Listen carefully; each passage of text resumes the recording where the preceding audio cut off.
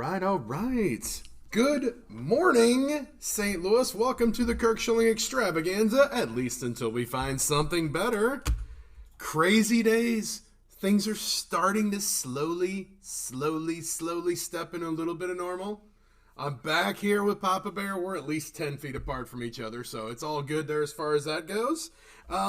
Couple quick announcements before we jump into it today. We got two fabulous guests. Your network will expand mightily here very, very shortly. Got to give a couple little shout outs. There's no events going on for us to talk about, but it is Pete Townshend's 75th birthday today from The Who, in case you are un-Who-like. You should know that. And yesterday was George Strait's birthday, so two fabulous musical icons having birthdays today. We got to announce a quick winner. Ran a contest last week for a $25 gift card from our awesome friends out at Mascots. That winner is none other than Kathy Fleming. So, Kathy, we will get in touch with each other here shortly and get that taken care of. So, without further ado, the guests that we have lined up today, we're going to have to stuff it to keep it inside of an hour. So, we're going to jump right into it, and I'm going to welcome our first guest in, Mr. Dan Lovecamp, who is joining us remotely from O'Fallon. So we're still kind of like remote, but we're kind of connected, and things are getting back to normal. Dan, good morning and welcome. How are you doing today, sir? Good morning, Kurt. We're surviving. We're getting through it. Excellent. Good to hear that. Good to hear it. So tell the folks a little bit about yourself. I mean, obviously you are you work with Offenburg out in O'Fallon. You're the president of Offenburg University. But tell people you've got about as many things in your repertoire as what I do. Yours are just much more interesting, probably. Kurt, you and I have had many opportunities to talk about the very past. But most importantly, I'm fortunate enough to say that I've lived a very interesting one growing up in Central Illinois. Having the opportunity to leave Central Illinois and go to school in Texas and play football down there. And then after moving past that, jumping into several industries, but getting settled into the automotive industry and going through the process of sales, management, general management, F&I management, all the way up to now the last 20 years being the professor at Offenburg University, which Offenburg University is me. So it's been a varied journey. It's been exciting and certainly enlightening. There's no doubt about that. Absolutely. And besides that, you also do a little bit of mentoring. You do a little bit of speaking. I've gotten the privilege of hearing you a few times. Plus, I brought up the whole networking thing because we've got Chris and Deanna Lay coming on later, who are the founders of ICAG, which is I Know a Guy, I Know a Gal. But you are you're still president of BNI St. Clair County. Is that correct? Yeah, as a matter of fact, it was an interesting scenario, the fact that I got drafted to do that, kicking and screaming. And here I am 11 years later. And it's kind of comical how much of an impact it's made, not only on our business here at Offenburg, but certainly me personally. Excellent. So tell us a little bit about some of the speaking you do, because I've had the privilege of watching you in action. But give the people a little bit of info. I mean, obviously it's kind of a little slowed down at this point with the current situation in the world. As you know, we just changed formats. I don't think necessarily that it's slowed down. It's just we changed formats. Now we're going to a virtual format. I've had the pleasure for the last 27 years to be in the public speaking world as well, where I spend time with small businesses and individuals on development, whether it's professional or personal development. And most of the time the topics are about either growth or goal setting. But it's also an opportunity to go through a needs assessment period where you get to know people and find out what their core values are and try to share some insight or maybe some wisdom on how they can expand on their own individual core values. Excellent. So one of the things, obviously, when we have guests on and things like that, I have them throw things at me that they'd like to talk about, because I can just sit here and ramble and ask different questions about when the last good cigar Dan had was, or what the last nice glass of whiskey he had. Well, let's just go there. What was the last good cigar you had? Because that's fun stuff. You know what, Kurt, it's interesting. By happenstance, I got involved. A good friend of mine, Steve Feld in Chicago, started educating me. And now I find out that more friends are engaged and quite passionate about the whole cigar aficionado thing. So I've now become a big fan of Arturo Fuente, and I'm a Churchill Maduro kind of that guy. And I am very fortunate to have a significant other that supports me in that occasional cigar in the golf course or maybe in the backyard. And now also Felda's got me to this bourbon thing where I do my education. And who would have thought, several years later that you now have to get onto a lottery list just to get certain bourbons? Who saw that coming? Well, luckily the people that invested in those bourbons early, I guess. Yeah, we'll have to talk some more about something I just recently found too, and how my significant other that's in the other room is reluctantly allowing me to explore some things. That doesn't sound good. We got to give a shout out, say hi to Sally, because I'm sure she's listening in. But one of the things that you had thrown out there to me is, and I'm going to kind of let you roll with this, about sometimes we have to ask ourselves questions and ask ourselves why. And I'm going to let you just kind of run with that, because you've got a whole kind of basis built behind that. So I'm just going to let you kind of take the floor. This is hard for me, to just give it up, but I appreciate the opportunity, Kirk. Obviously what you're referring to is an article I wrote on LinkedIn a short time ago, where in this unprecedented time, we were talking about keywords that we use in today's language that we probably didn't use 90 days ago. Right. One of them is unprecedented, and another one, which I'm not a big fan of, is new normal and all this other stuff. I said, it's amazing to me as we start digging, where all of a sudden that foundational item of where we gather information from, where our sources are coming from, all of a sudden we're starting to question because we don't know the accuracy. So the article is very simply about making sure that we take responsibility for not acting on information that we haven't verified or at least researched, and stop flying off on tangents. As you well know, people will fly off on tangents and get very passionate about things until they're proven wrong. And ultimately, in this day and age,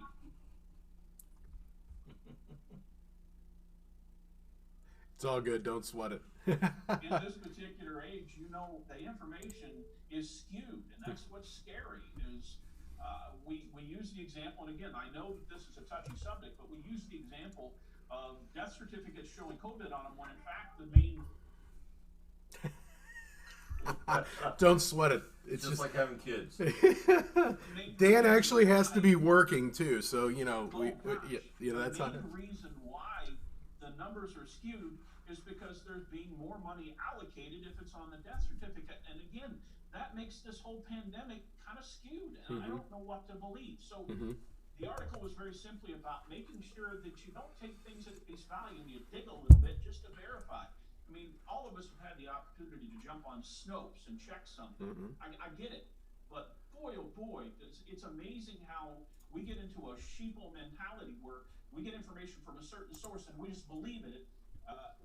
Without doing any fact checking, that's driving me back. Well, and it's gained a true emotional side too. Like I think it's very difficult now, especially to have a conversation with somebody and bring up questions and say, well. I don't necessarily believe it. Here's my questions to that without people getting bristled, so to speak.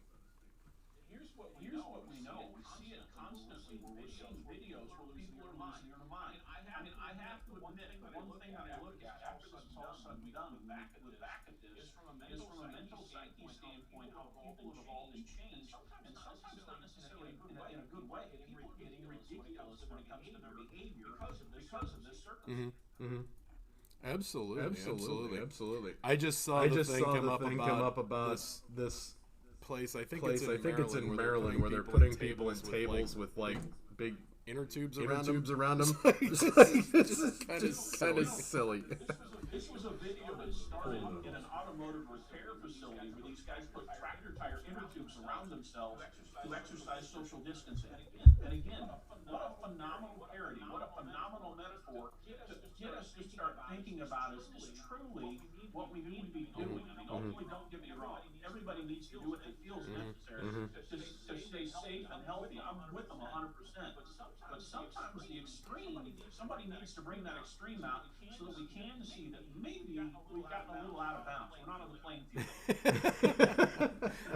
I'm not sure a couple of these things are even in the city as the playing field at some points, but It's just kind of a crazy. It's the new normal. It's the new normal, right? We were working on a on a list beforehand of all the new terminology that's just kind of it's as bad as anything else. It's almost like I don't know what to say. New normal. What did we have? Perceived, perception, reality. Anyway, it's just all silly. But this entire environment, someone said this to me, and I actually somebody that I've mentioned, Terry Luttrell from RIO was telling me, this is a test, and we failed miserably. Man, are you right? On a lot of different levels, that is for sure. And I get it, too. There are people that are very susceptible, is very vulnerable, and people are very scared about this. And like you were saying, you gotta dig into things on your own. Don't believe everything you hear. Don't believe everything you read, and you gotta dig into it a little bit on your own. Again, I look at it, and I said this in the article. I look at this as an opportunity to learn a lot more about ourselves. Yes, this is basically a dry run.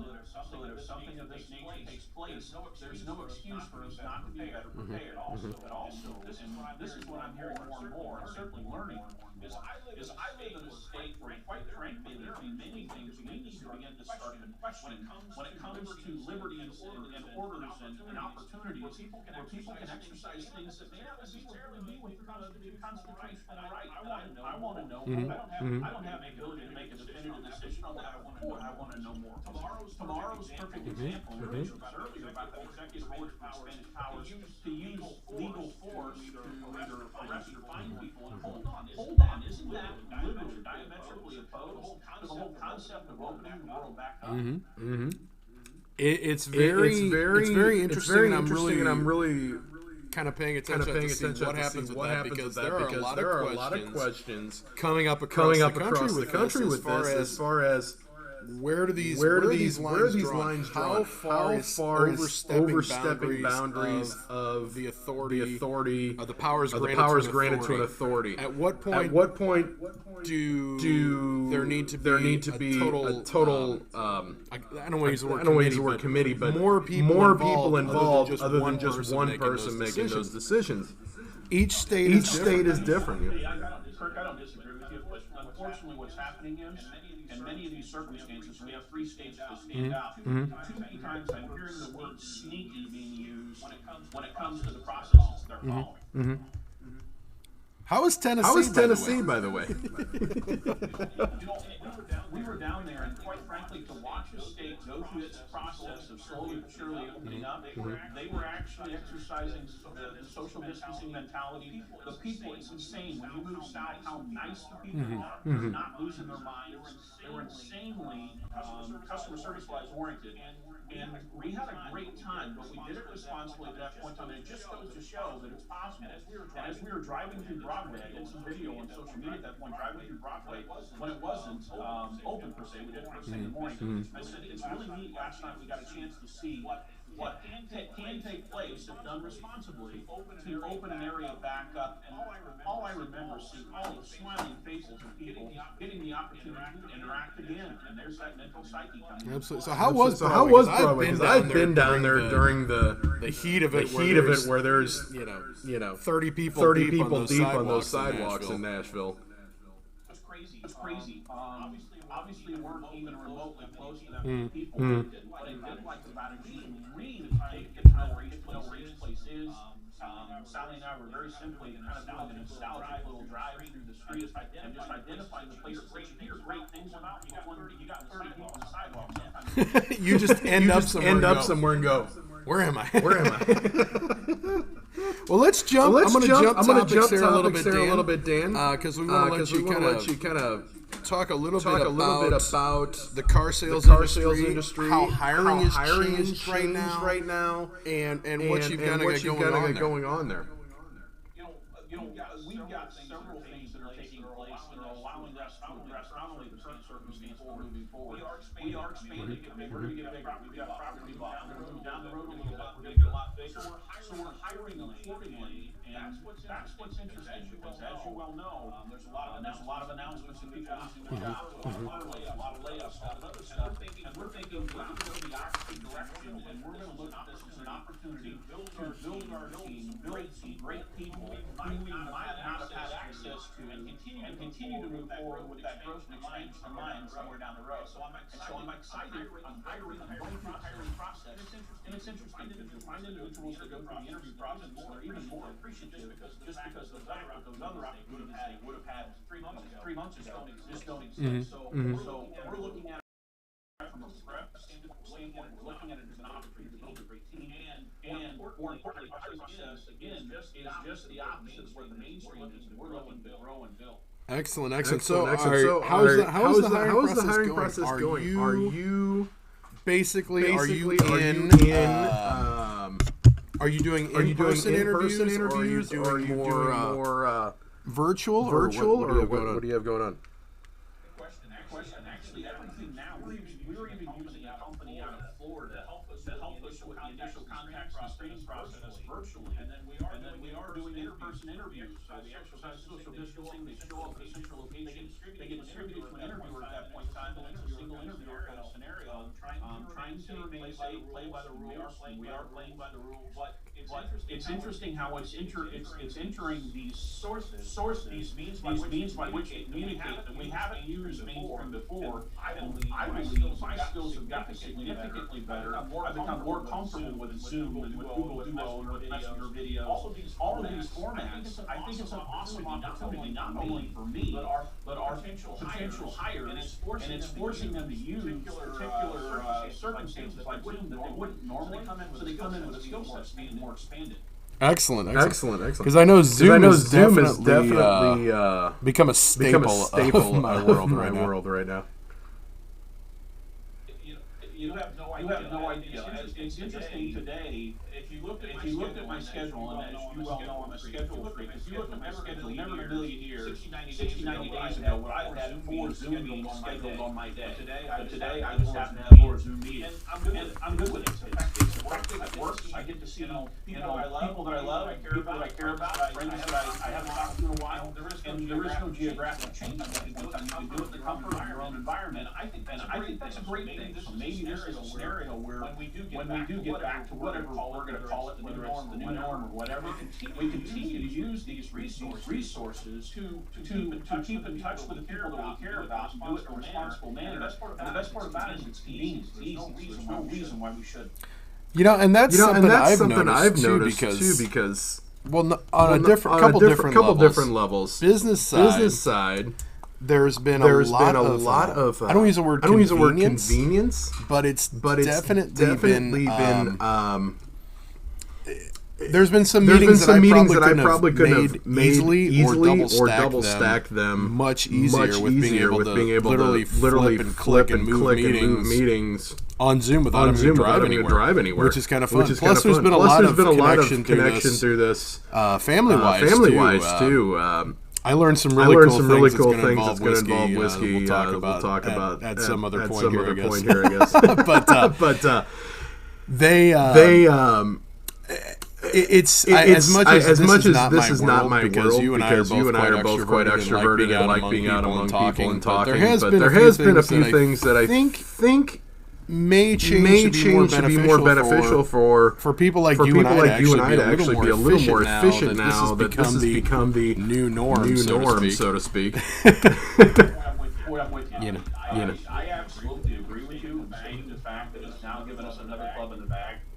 And I always use as an example, one of the things we did a few years ago with Sally's father is we bought him a portal. Now, to this day, he still doesn't know he has a Facebook account. I know he's not watching this, so I know I'm not giving anything away. But he has an email address and a Facebook account. He doesn't know he has. But I've got an 84-year-old that figured out how to use that portal so he can start seeing his grandkids more often and talk to his daughter face-to-face so she could see whether or not he was doing well. And I'm going, that's the beginning of something great, in my opinion. And again, I still look at this as an opportunity to something great where we have, one, the ability to utilize our time more efficiently, but two, we can get more done.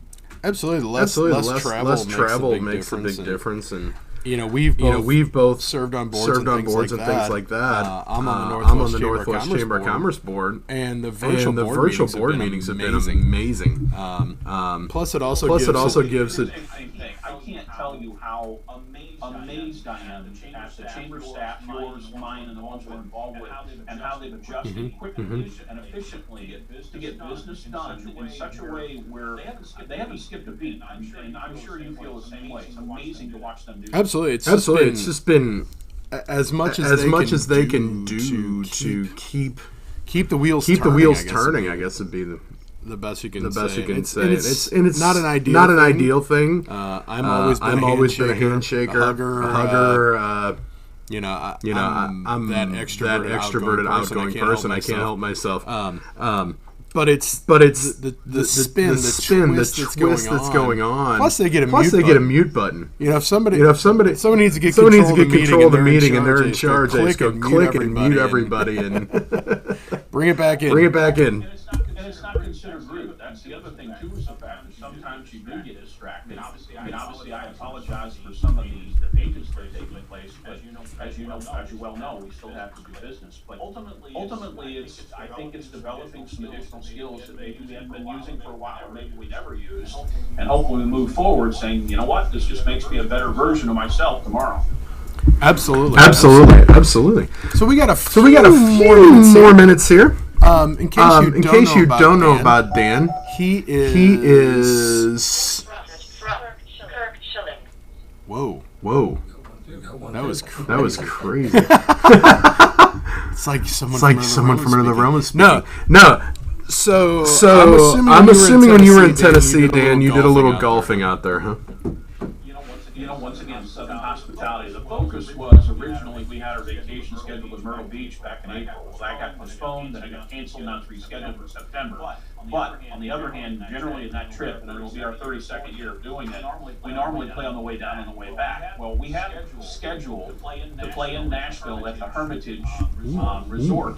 On our original trip in April. Well, I rescheduled it the first time for second week in April or second week in May, trying to think that maybe the world would open back up, which obviously it didn't. But golf courses were still open, so we kept the tee time. And another couple and us decided just to use this as our anniversary week. I'm going to tell Sally this was planned all along. I scheduled it so that it was on our anniversary. So even if we were coming back from Myrtle, it was intentional. So Sally take that. But it was interesting to once again see Southern Hospitality at its best. The people at the Hermitage Golf Course are outstanding. I will literally write every review that I can, saying these people are the nicest people in the world, and that entire section, that entire golf course, and there are two of them, General's Retreat and President's Reserve, are absolutely gorgeous and in phenomenal shape. And if you're a golfer out there and you want to run someplace that's 3.5, 4 hours away to play some phenomenal golf, I highly recommend that you play the Hermitage. Excellent. Hopefully my wife is listening to that. She is. I forgot. If I'd have known you were going to Tennessee, though. Next time you head down there on Trinity Lane, which is off of 24 on the east side of Nashville. Go north on that. It's a free shout out for you, Sean. Head up to the East Nashville Beer Works. My wife's cousin is the head. I guess is he brewmaster? I think he's. But he's also one of the owners. Fabulous place. The first thing that happened when the lockdown was happening was I had a shipment from East Nashville Beer Works sent to a good friend down in Marion. Won't mention her by name, but. We don't want to get her in trouble. Went down and met her and picked that shipment up. I was warned by my wife to not drink it all in one weekend, and I still have a full case left, so I'm doing okay with that. It sounds like a well-planned trip. That's a good idea. It's a good reason. Exactly. We're looking at possibly making a trip down to Tennessee real soon here. We'll see how. Oh, you got to hit Jack's Barbecue, yeah, too. We'll throw that in there. Yeah, Your friend in Tennessee. Next time I'll make sure that I get his contact information so I can get some more ideas. We kind of winged it a little bit in that we stayed at a hotel called the Eakins, another place I'd highly recommend. And then we ended up having breakfast twice in a row at a place I found online called Another Broken Egg Cafe. And that is absolutely someplace I'm going to tell you. If you go to Nashville, Tennessee, and you like breakfast and brunch like I do, for God's sake, go to that I think we've been to another broken egg. That sounds really familiar. Kind of like an old diner. It's kind of a diner setting. The kind of things that they serve up. Like, for instance, I had the cinnamon roll French toast, and it was off the charts. Nice. Well, neither one of us has ever missed a good meal. That's for sure. You look at it this way. Someone once told me you never trust a skinny chef. Well, both of you and I have that covered. You have got that very correct, my friend. Very correct. We've got about 2 minutes left with you here, so I'm gonna kind of open up. You got anything else you want to throw out there? I would say events coming up, or if you've got a Zoom event or something, we can share that. Obviously, I don't want to sound too self-promoting, but we are in the current process of hiring people. We're doing interviews 3 to 5, Monday through Friday. We're starting out by bringing them here. I engaged them at the Chrysler building at that point and then distributed them. But we are looking for all 14 of our buildings. So if you know someone that's in the market, I'm looking for a new job, new career, or even just wants to talk about what it takes to be successful in sales, I really would like to talk to them, make sure they send them my way. Ultimately, Offenburg is in the process of following the rules. We're going to play by the rules, but by the same token, we're looking to grow. We want great people to come to work for us, and if you know somebody like that, private message me or reach out to me or certainly refer them to me, and I'd love to talk to them. Excellent. We'll get your contact information out there, Dan. That's out in O'Fallon, Illinois. The Chrysler building of the Offenburg. It's in the Auto Mall, correct? Yeah, it's Offenburg, Illinois. It's actually located at 176 Auto Court in O'Fallon. Excellent. Right there in the neighborhood by Home Depot, and head out 3 to 5 Monday through Friday. So we will definitely get that shared out there if anybody is looking for a sales position, wants to check out the auto sales industry, whatever you might want to do. We'll get you in touch with Dan. Dan, I want to tell you, it was an absolute pleasure to have you on here as always. I look forward to eventually being able to being in the same place, having a nice bourbon, maybe a nice cigar together, and raising a toast to it. You know I love you. Say hi to your significant other, and we'll see you on the flip side. All right, Dan. Thanks so much for being on. We'll talk to you soon, my friend. All right. That was Dan Lovecamp from Offenburg in O'Fallon, Illinois. He is in charge of the sales department. He is also the professor at Offenburg University, teaching those sales in the car market and things like that. So they are hiring. So if you know anybody looking, we will get that information shared out here on the feed so that you can get contact with him. And go from there. So we are going to looks like the Deanna for sure is coming in. We're getting used to being in studio again. Papa's trying to move over this way, lean on that, go up a little bit. There you go. There we go. All right, we're getting ready to bring Deanna and Chris in. I believe Deanna will be first. As Chris is finishing up his meeting. There's Deanna. Good morning. How are you? Good morning.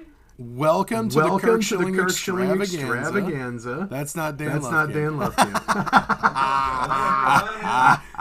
We're getting used to being in studio again here together. So when you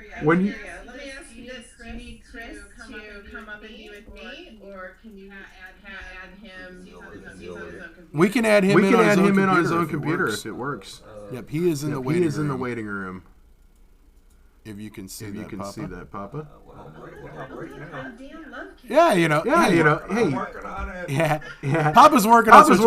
There we go. All right. We're getting everything connected here. So Deanna and Chris are the. Oh, it looks like Chris is coming in. Excellent. They are the founders and CEO. I know a guy. I know a gal. And there's Chris. We're working on it. Hi, darling. Thanks, honey. Good to see you too. It has been way too long since I've seen these two smiling faces. We're doing good. We're managing as best we can. We're back here. Papa Bear and I are in the same place for the first time since March, I guess it was. And getting everything connected again. He's got to learn how to operate it here via being remote. So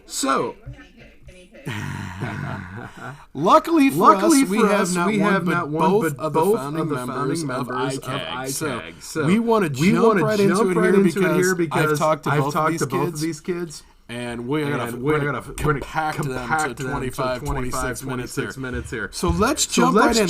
Let's talk about what ICAG is, why you started it, and some of the foundation, the principles, or as you call it, the three pillars of it.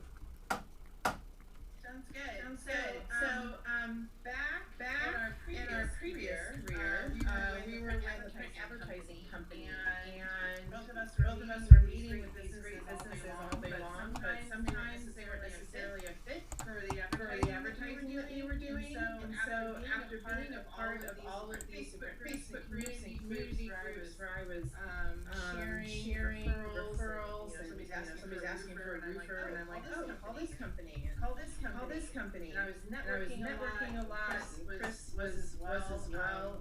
We just figured, hey, let's make it a lot easier on ourselves and create a group where we can not only have businesses who are absolutely amazing, hopefully be able to market themselves in a structured way, but also for us to be able to recommend and refer people who we knew ran a great business, not necessarily advertising with us, but still had a way or an outlet to be able to share who they are, what they're all about, without doing a bunch of self-promos, because as you know, when a roofer is like, call me, I'm a great roofer. People don't listen as much, but when somebody says, call so-and-so, they're amazing, they did this for me and this for me, their customer service is top-notch, that gets people listening. So the Facebook group started back in February of 2018. I know a guy / gal in St. Louis, and it really took off from there. We were actually shocked. We were riding the wave along with it as it grew 1,000 people a month for the first 5 months. And what happened was we added our network of people that we had met. They added their network, and before we knew it, about 90% of the people initially on there were business owners, networking professionals, sales professionals, and what it did was it broke down the barriers that St. Louis is kind of known for, business in West County. Chances are your network was in West County. If you did business in South County, chances are that's where you focused the main part of growing your business. What ICAG did was it broke down all those barriers and opened up the borders, as we call them, to give people the opportunity to market themselves outside of areas they were typically networking in or doing business. Wait, you mean people can cross rivers? Whoa! Guess what? You don't have to have a passport stamp. You don't have to have permission. Wow! We live in North County, and guess what? We can get to South County in like 1 day. That's crazy. Hey, I'm in Illinois, and I come over here all the time. So. Yeah, I mean, the only thing I would add is that the group is very structured. I would say, I'm sorry, not very structured. It's structured, and I think that our members actually appreciate that. They know what the rules are. They know how to live within the rules of the group, and they appreciate the fact that it's not the wild west in the group. That actually has some structure to it, and they know how to play within those rules. It's really been a fabulous ride. We're sitting at 11,500 members right now. We have 927 more to approve. I mean, they're constantly coming in every single day. And we see a tremendous amount of business being done. That's the thing that I think is most enjoyable. we're seeing people doing business literally every single day through the ICAG. It's awesome. Excellent. So I know that there's the ICAG St. Louis, and I know that there's an ICAG Metro East. Now that was a spin-off, correct? Yes. So Teresa Reiniger runs that one, and it's under the same structure that St. Louis is. There's two Chris Lays. No, now you get two. Whoa. Double trouble. We also have an ICAG Wilmington. I saw.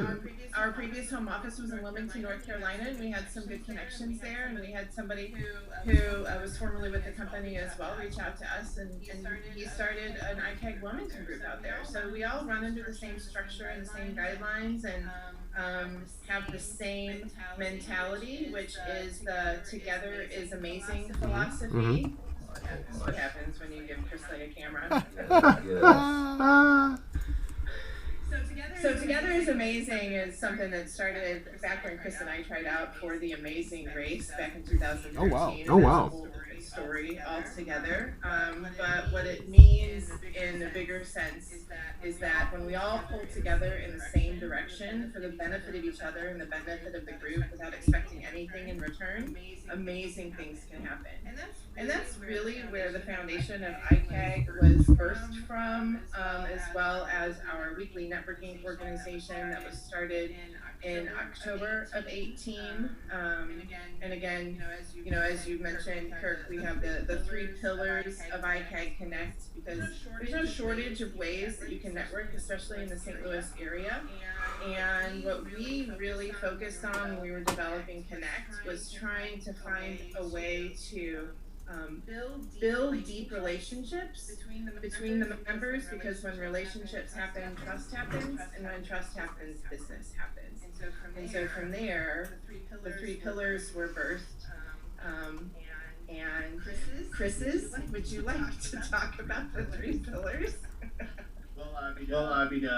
Our two pillars are based upon, they kind of are a spin-off of the Together is Amazing philosophy. First is collaboration over competition. We have no exclusivity at ICAG Connect, so you'll oftentimes find members of the exact same category, same business category in the same meeting, working, growing, and collaborating together. Because they share something that we all share in Connect, and that's an abundance mentality. Someone else's success never means our failure, and we can learn and grow from people within the same industry as well as other industries, and collaboration over competition is our first strong driving pillar. Our second is referrals through relationships. Again, as Deanna shared, when you know somebody, trust is built, and that's where business can happen. And the beautiful thing about referrals through relationships, Deanna says it best, your referral is your reputation. So you want to give those to people that you know, that you can trust, that you believe they're going to do an incredible job.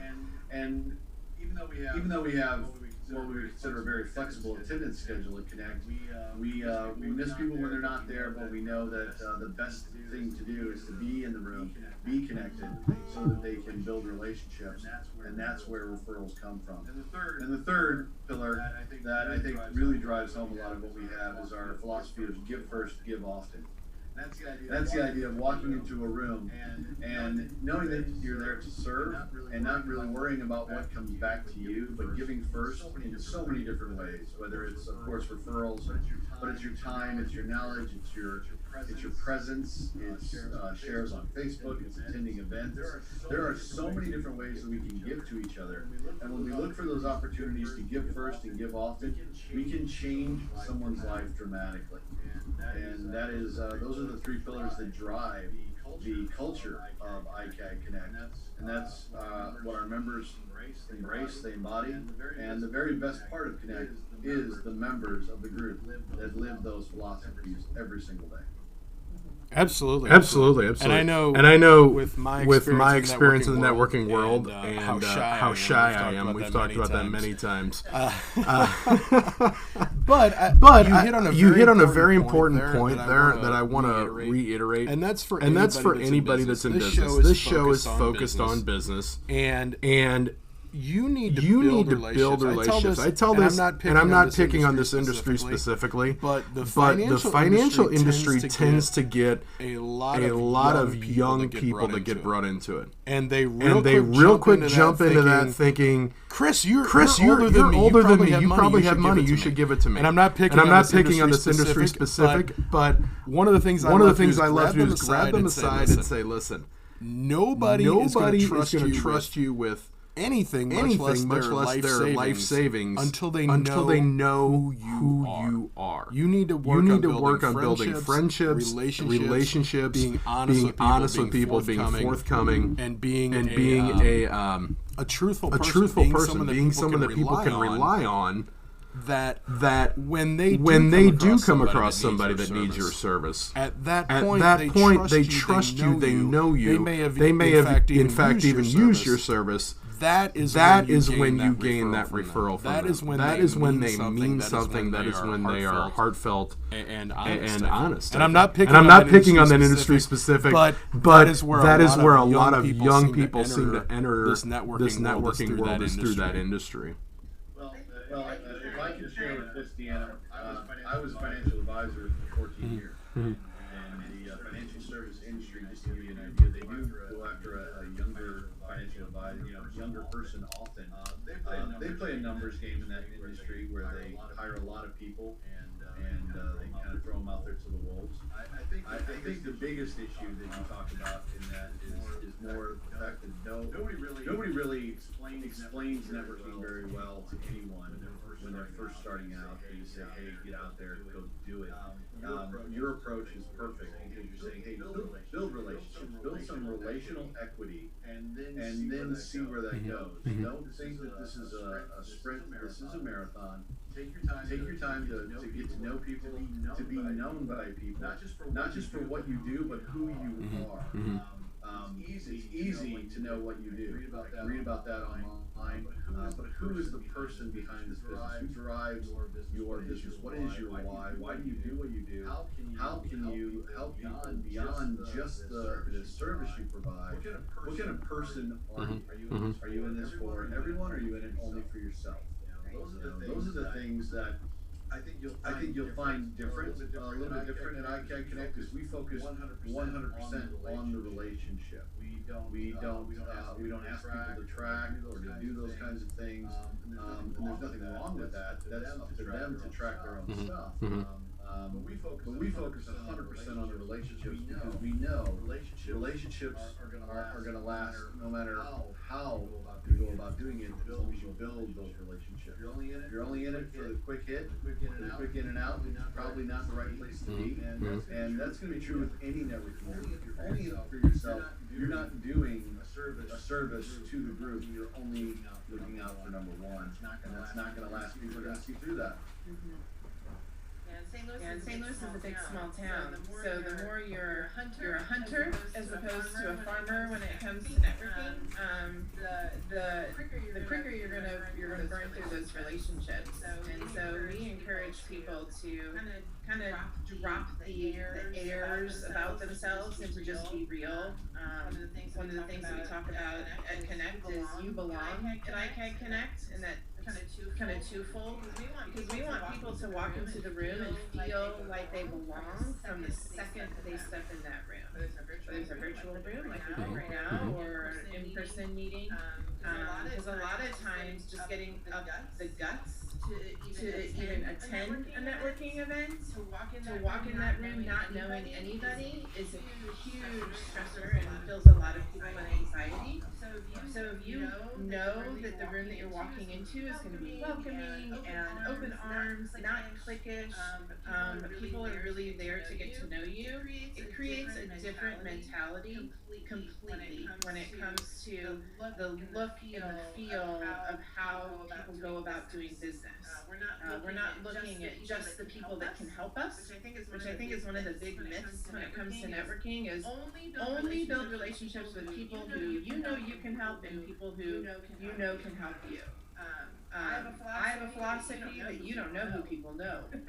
Absolutely. So if you look at somebody who's in direct sales as somebody, just as an example, who would never be able to help your business, and you don't know anybody who needs that product, so therefore you can help them, you are stopping yourself from a massive relationship opportunity, and just getting to know somebody about who they are and what their why is so fulfilling in itself. But then again, you build that relationship with that person who you never thought in a million years you'd have anything in common with, and before you know it, you're out there playing frisbee golf with them because that's what they love to do, and that's what you love to do too.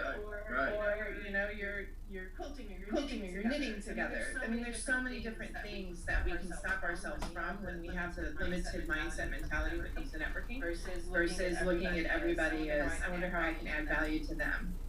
Absolutely. I gotta figure out what that's like to be apprehensive about going into public. That's definitely not something in my wheelhouse. But you know. You would be shocked. Oh, I know. People who you would never think in a million years get nervous about walking into a room where they may not know anybody. We've heard it a lot. That's why we want people to feel like they belong, no matter what event we're having or what meeting we're holding.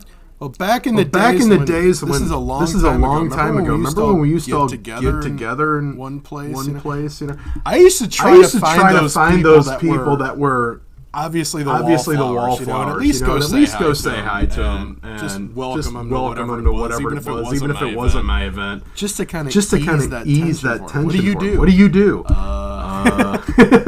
Yeah.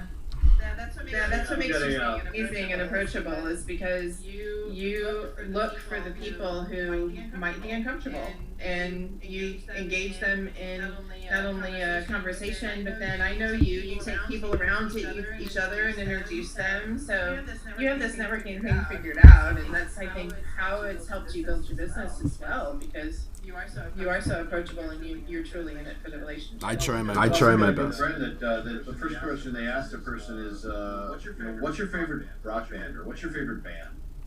They don't talk about their business. They ask them a question that kind of throws them into talking about themselves.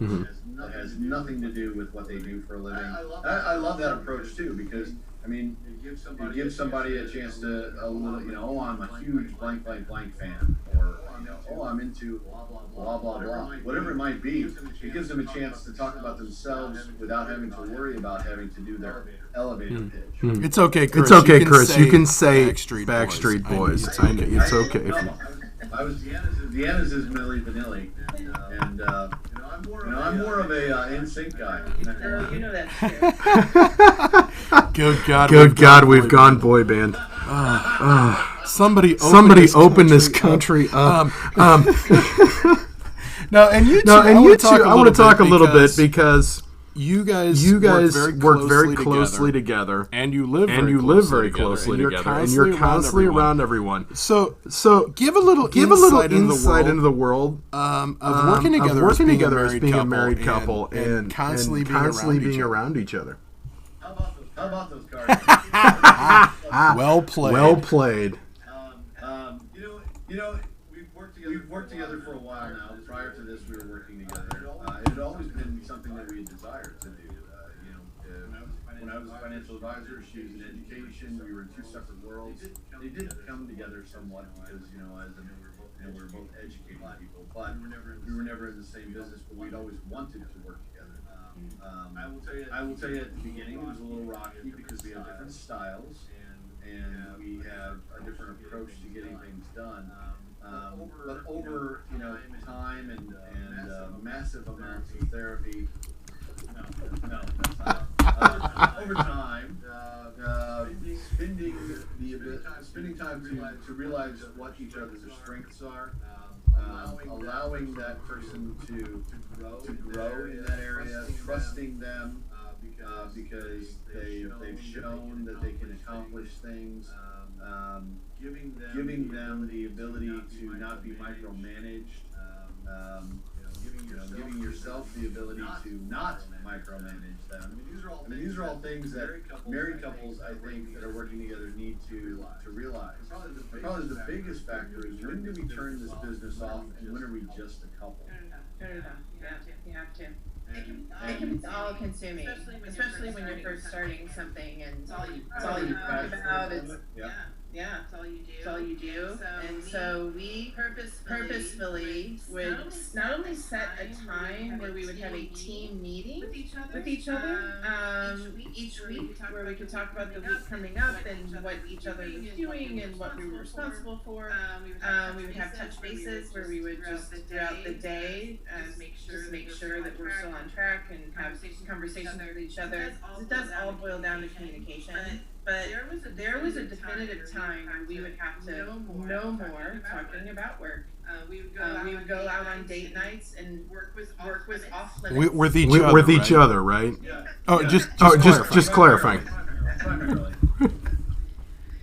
But yeah, because it can take over. It can take over a relationship, and then before you know it, you're 2 years down the road, and you don't have a relationship anymore because all you've done throughout the course of those 2 years is build a business and talk about work. So thankfully it didn't happen with us. We had some rocky patches, along the way, but we did something recently that, Chris, do you want to talk about the disc test that we literally just took after working together for... Yeah. Oh my gosh. We actually went through with our friend John Burns. We went through a disc assessment. John is a coach with the John Maxwell coaching program. He took us through the disc assessment, and what it did was it allows us to open our eyes to who we are on a deeper level. But more importantly, it pointed out to us how the other person likes to communicate. And how we can meet those communication needs, because ultimately it always boils down to communication. It really does. In business, no matter what it is, whether you're communicating with your spouse, in our case, with your team leaders, your coaches, with your employees, whatever it is, knowing how they like to communicate, what things they look for, how they're triggered, how they're able to engage, knowing those allows you to have better conversations with them, so that you're both able to feel comfortable within your skin during that conversation.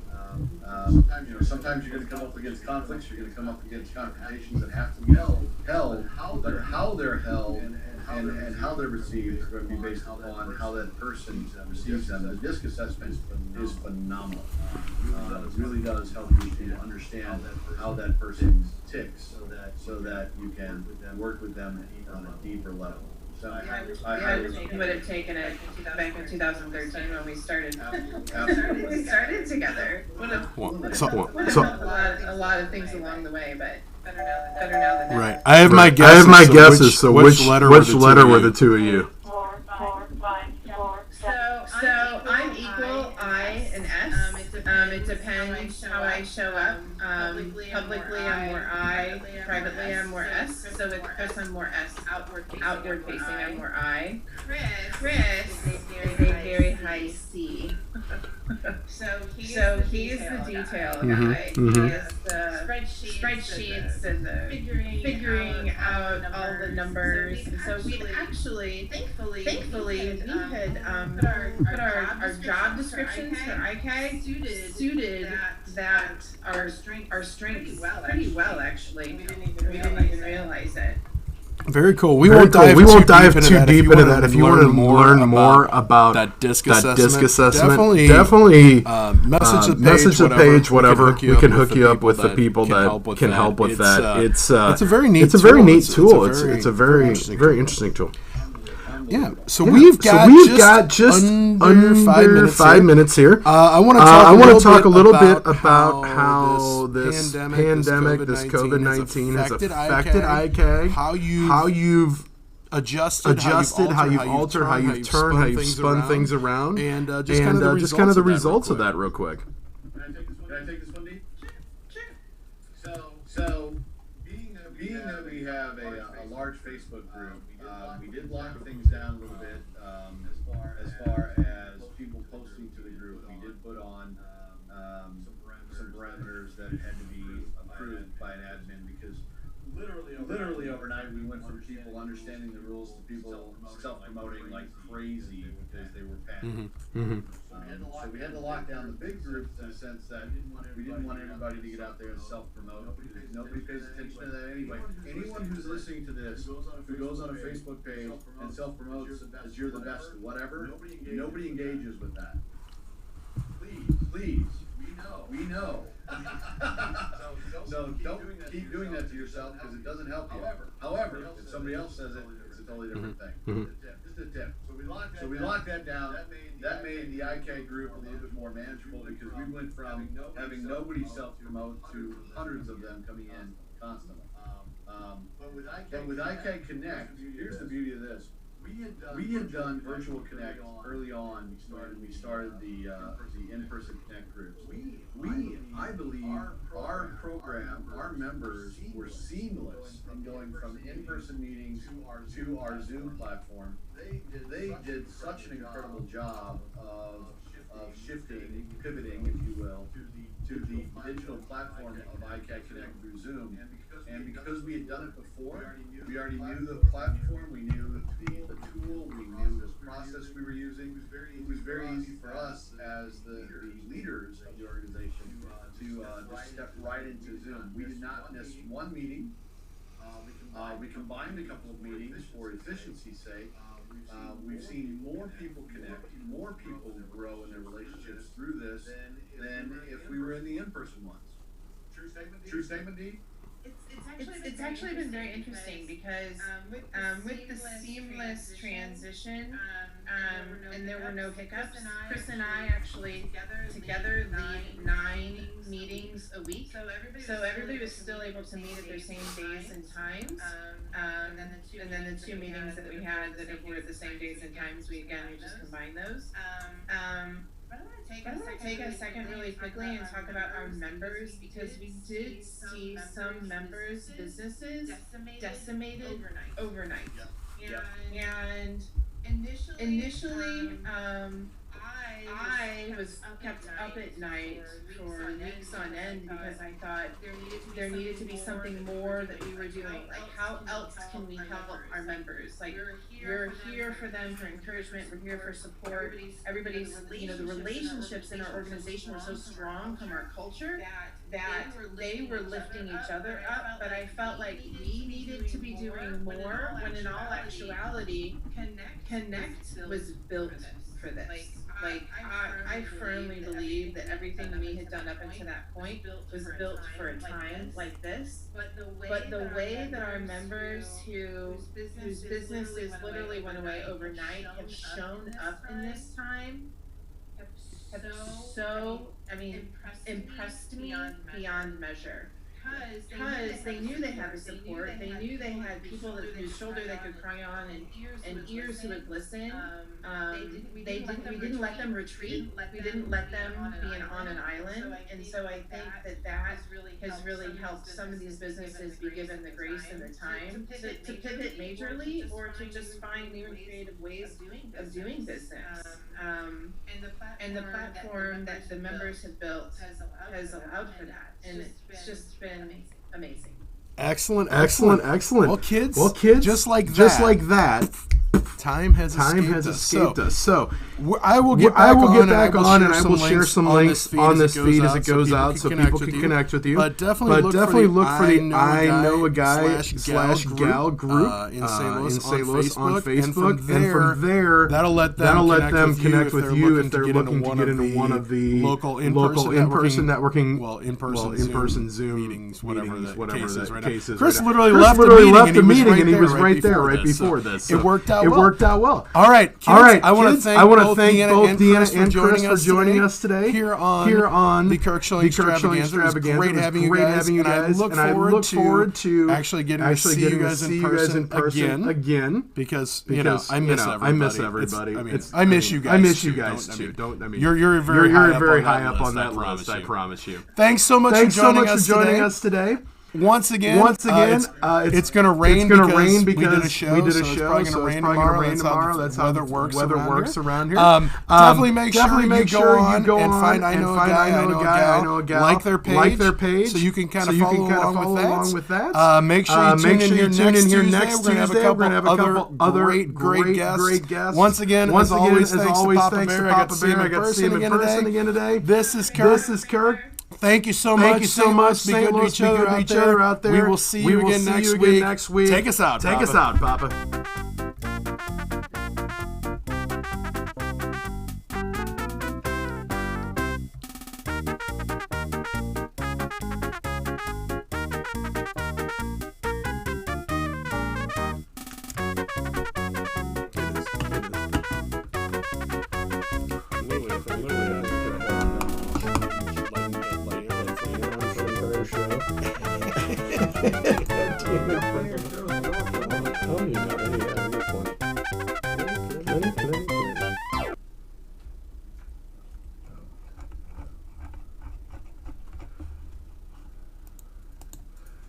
Took a while, but I got your video going okay. Yeah.